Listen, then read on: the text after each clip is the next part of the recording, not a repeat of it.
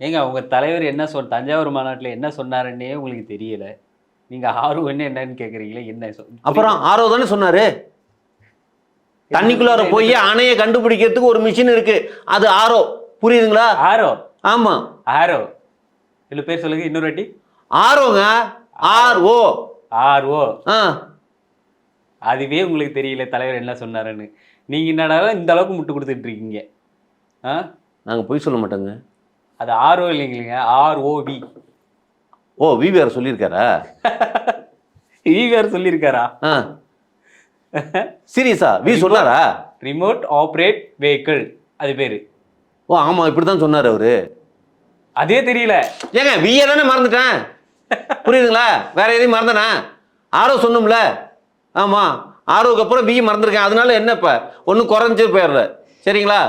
சொல்லுங்க, அடுத்தாப்புல என்ன உங்களுக்கு என்ன ஏதாவது கேட்டுக்கிட்டே இருக்கீங்க. இப்போ சமீபத்தில் வந்து எல்லாத்துக்கும் பெண்களுக்கு வந்து முக்கியத்துவம் அப்படின்னு சொல்லியிருக்கீங்களா? பெண்களுக்கு வந்து தனி இடையர் அமைப்போம், பெண்களுக்கு ஒரு தனி இடத்த கொடுப்போம் அப்படின்னு சொல்லியிருக்கீங்களா? எப்படி சிஎம்லையும் அதே தானா? கேண்டிடேட் அது மாதிரி தானா? பெண் எம்எல்ஏ ஆண் எம்எல்ஏ, பெண் சிஎம் ஆண் சிஎம், பெண் அமைச்சர் ஆண் அமைச்சர், அப்படி ஏதாச்சும் அந்த மாதிரி இதுவா எப்படி? ஒரு விஷயம் இல்லை, தமிழக வரலாற்றில் ஏதாவது நடக்குமா அது தெரியல. இப்போ வச்சாலும் தப்பு இல்லை, அது உங்களுடைய இது. சொல்லுங்க. பெண்களுக்கு சம உரிமை கொடுக்குறோம் அப்படின்னு தான் பேச்சுவாக்கில் சொல்கிறாங்களோ ஒழிஞ்சு ஓகே சம உரிமை கொடுக்குறாங்களா? இதே சென்னைக்கு மேயரு பிரியா அப்படின்னு ஒருத்தவங்க நிப்பாட்டாங்க. ஆனால் அவங்கள வேலை செய்ய விடாமல் சேகர் பாபு கூட வச்சு அவரை வேலையெல்லாம் அவர் தான் வாங்கிக்கிறாரு. புரியுதுங்களா? இதெல்லாம் தெரியுமா? எப்படி சொல்றீங்க? எப்படி சொல்றீங்க? ஒரு பெண்ணுக்கு சுதந்திரமா வேலை செய்யறதுக்கு விடலைங்க திமுக காரங்க. சீரியஸா? இது பார்க்குறப்ப நமக்கு தெரிய வேணாம் அப்படிங்கிறப்ப. சரி, நீங்க உங்க வேட்பாளர்ல எத்தனை பேர் பெண் வந்து வேட்பாளராக நிற்க வச்சிருக்கீங்க? ஒரு விஷயம் தெரியுமா? எல்லா இடத்துலையுமே. ஏங்க ஆமா, நான் மறந்து போயிட்டேன்.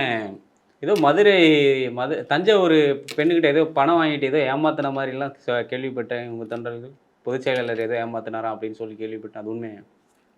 அந்த பொண்ணை ஏமாத்தல, பொண்ணுகிட்ட பணத்தை தானே ஏமாத்தினாங்க. இப்ப எல்லாம் என்ன பண்றானுங்க? திமுக காரங்கன்னு இல்ல, ஏடிஎம்கே காரங்கெல்லாம் பணத்தை வாங்கிட்டு ஏமாத்துறாங்களாம். அப்போ நீங்க என்ன பண்றீங்க?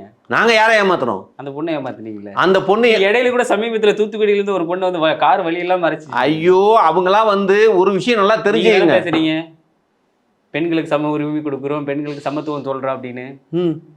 இப்படி இது என்ன? நல்லா ஒன்று தெரிஞ்சுக்கங்க. ஆட்சிக்கு வந்ததுக்கு அப்புறம் எல்லாருக்கும் எல்லாம் ஆட்சிக்கு வரதுக்கு முடியும். உங்க லட்சணம் என்ன? நீங்க வேற போங்க. அதான் இப்படியே சொல்லுங்க. வந்ததுக்கு அப்புறம் திகச்சு போய் பார்ப்பீங்க. சீரியஸா இப்படியெல்லாம் பண்ண முடியுமா அப்படின்னு வாயில கையை வச்சு இப்போ வச்சிருக்கீங்களே, இந்த ஆச்சரியம் அப்போ இருக்கும். சீரியஸா ஐயோ இப்படி இருக்கு அப்படின்னு. சரிங்க, உங்க நான் வந்து ஒரு பொது இப்போ வந்து எனக்கு ஒன்றுமே தெரியாது. நான் எதுக்கு உங்களுக்கு ஓட்டு போடணும் அதை மட்டும் சொல்லுங்கள். தமிழக வெற்றி கழகத்துக்கு நான் ஓட்டு போடுறதுக்குலாம் ஒரு ரீசனை சொல்லுங்கள். அதான் அதானே? அதான் அதானா? அதான் இல்லை, நல்லா ஒன்று தெரிஞ்சுக்கங்க. ஓ அதான் 33 வருஷம் எங்கள் தலைவர் உங்களுக்காக நடிச்சிருக்காரு, உங்களை சந்தோஷப்படுத்திருக்காரு. எங்களுக்கு என்ன எப்படியெல்லாம் கையை காலெல்லாம் எவ்வளோ கஷ்டப்பட்டெல்லாம் ஆட்டினார் தெரியுமா? அதுக்கெல்லாம் எப்படியெல்லாம் கை தட்டினீங்க? உங்கள் வீட்டில் இருக்க என்னது கை கால் எல்லாம் ஆட்டி யார் கொடுத்தாரு? உங்கள் தலைவர் ஆட்டி யாருக்குங்க கொடுத்தாரு? என்னங்க கையை காலை ஆட்டி யாருக்குங்க கொடுத்தாரு? யாரும் கொடுக்கணுமா? இல்லை, மனுஷனை சந்தோஷப்படுத்திருக்காருல்ல. ஏங்க சன் டிவின்னு ஒரு டிவி தெரியுமா? யாருக்குமே தெரியாத, அடையாளம் தெரியாத ஒரு டிவியா அந்த சேனல் இருந்தது. எங்க தலைவனோட படத்தை போட்டு போட்டு போட்டு போட்டு மக்கள் இடத்துல கொண்டு போய் அந்த டிவியை எங்க தலைவன் கொண்டு போய் நிப்பாட்டினார். சன் டிவியில் வேற எந்த படமே போட்டதில்லை, விஜய் படம் மட்டும் தான் போட்டாங்க. அதானே? உங்க தலைவன் படம் மட்டும் தான் போட்டாங்க. நீங்க சொல்றத பார்த்தா ஒரே ஒரு நாள் அஜித் ஒரு மேடையில், கலைஞர் உட்கார்ந்து அந்த மேடையில் பாத்தியா? தலைக்கு தில்ல பாத்தியா? அதான் தில்ல பாத்தியா? அந்த தில்லுக்கு நடந்த சம்பவம் என்ன தெரியுமா? அந்த நைட்டு தான் தில்லா பேசினாரு. அடுத்த டேலேருந்து அவரோட படமோ, அவரோட டிவியில் அவரோட நிகழ்ச்சியோ, அவரோட பாட்டோ படமோ எதுவுமே எதிர்பார்க்கலங்க. அவர் எதிர்பார்க்கல. புரியுதுங்களா? அவர் எதிர்பார்க்கல. எனக்கு வேண்டாம் அப்படின்னு தான் சொல்றாரு. அதான் ஒரு நடிகை ஒதுங்கி நிக்கிறப்ப அந்த நேரத்துல எல்லாத்தையும் சந்தோஷப்படுத்தினது யாரு? அந்த டைம்ல விக்ரம் இருந்தாரு, சூர்யா இருந்தாரு, தனுஷ், இவங்க எல்லாமே இருந்தாங்க. இவங்கெல்லாம் பண்ணாங்களா? பண்ணாங்க. எங்க தலைவன் தான் கடைக்கோடியில் இருக்கிற ஆயாவுக்கு ஒரு சிரிப்பை கொடுத்தது என் தலைவன். வடிவேலு எது? வடிவேலு கவுண்டமணிலாம் அந்த லிஸ்ட்ல சேர்த்துக்கலாமா? என் தலைவன் காமெடியனா? நான் சொல்லலை, நீங்கள் தான் சொல்கிறீங்க. என் தலைவன் அக்மார் ஹீரோ, புரியுதுங்களா? Mass hero. அப்புறம் என் தலைவனுக்கு நிகராக இன்ன வரைக்கும் ஒரு மாஸ் ஹீரோ காட்டுங்க. அஜித்துன்னு சொல்கிறாங்களே. எது? அதான் சொல்லிக்க வேண்டியதுதான். ஆமாம். அப்புறம் ஏங்க உங்கள் தலைவனுக்கு அவார்டே கிடைக்கல? ஏங்க திருப்பி திருப்பி அவார்டுங்கிறது நல்லா ஒன்று தெரிஞ்சுக்கோங்க, பணம் கொடுத்து வாங்குறாங்க. ஆமாம், எல்லாருமே அப்படிதான். சரிங்க, அதை விடுங்க. நான் ஓட்டு போறதுக்கு என்ன வழி அதை மட்டும் சொல்லுங்க. நம்ம எங்கெங்கேயோ போறோம். நான் ஓட்டு போடுறேன். நான் தமிழக வெற்றி கழகத்தில் நாளைக்கு இணையிறேன்.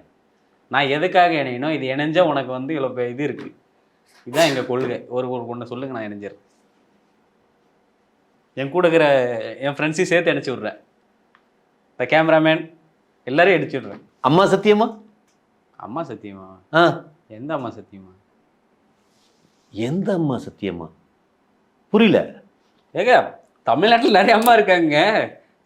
இப்போ ஜெயலலிதா அம்மா இருக்காங்க, சசிகலா அம்மா இருக்காங்க, இப்போ நிறைய அம்மாக்கள்லாம் இருக்காங்க. நீ எந்த அம்மா சத்தியம்னு சொல்கிறீங்க? பொதுவாக அம்மானா பெத்த அம்மா தான் சொல்லுவாங்க, மற்ற அம்மாவெல்லாம் சொல்ல மாட்டாங்க. புரியுதுங்களா? நான் அம்மா சத்தியமானு கேட்டேன்னா அம்மா சத்தியம்னு பண்ண வேண்டியது தானே. நான் அம்மா சத்தியமெல்லாம் பண்ணுவேன்னா அண்ணி சத்தியம் பண்ணுறேன். அம்மா சத்தியம் பண்ண மாட்டீங்க, அண்ணி சத்தியம் பண்ணுறீங்களா? ஆமாம். ஹலோ, சத்தியம்னாவே இத்தனை வருஷமா அம்மா சத்தியம் தான். புதுசாக அண்ணி சத்தியம்னு ஒன்று கொண்டு வரீங்களோ? அண்ணி சத்தியம், அன்னிக்கெல்லாம் சத்தியம் பண்ண முடியாது. நீங்கள் சொல்லுங்க, நான் இப்போவே வேணாங்கிற. அண்ணி சத்தியம் வேணாம். ஆமாம், தப்பிக்க பார்க்குறீங்க. தப்பிக்க பார்க்கல. உங்களுக்கு என்ன வேணும்? எதுக்காக ஓட்டு போடணும்? ஓட்டு போடணும். தமிழக வெற்றி கழகத்துக்கு எதுக்கு நான் ஓட்டு போடணும்? உங்களுடைய 5 கொள்கையை சொல்லுங்க. ஓட்டு போடுற உரிமை குடிமகனுக்கு உண்டு. சரி, புரியுதுங்களா? நான் அது திமுகவுக்கு போட்டு போறேன், இல்லை ஏடிஎம்கேக்கு போட்டு போறேன். நீங்க ஆரம்பத்துல இருந்து பேசுறப்பே தெரியுதுங்க நீங்க திமுக காரன்னு. சீரியஸா? நாம் தமிழர் போட்டு போறேன். அதாங்க, நீங்க நாம் தமிழ்லாம் கிடையாது.